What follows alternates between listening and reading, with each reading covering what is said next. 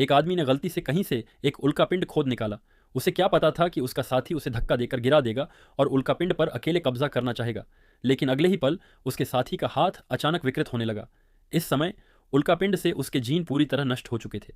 कुछ ही सेकंड में उसके साथी का खून नीला पड़ गया और उसकी त्वचा तेजी से गलने लगी और अंततः उसकी मृत्यु हो गई। इसी समय डिटेक्टर ने अलार्म बजा दिया।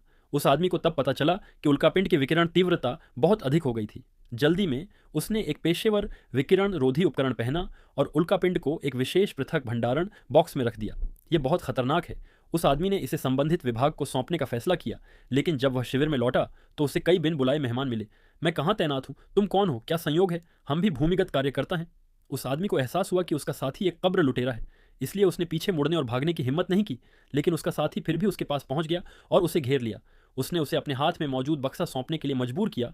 उस आदमी को समझाना पड़ा कि यह एक उल्का पिंड है, एक बार खुल जाने पर उसकी मौत हो जाएगी। लेकिन लोगों ने उसकी बात पर बिल्कुल भी विश्वास नहीं किया। उनका मानना था कि बक्सा कोई कीमती खजाना होगा, इसलिए उन्होंने मिलकर बक्सा उठाया और उसे वहीं खोलने के लिए बेताब हो गए। जल्दी में वह आदमी दौड़ा और अलार्म बजा दिया। जैसे ही अलार्म बजा, कई कब्र लुटेरे मुड़कर भाग गए। वह आदमी भाग्यशाली रहा कि बच गया।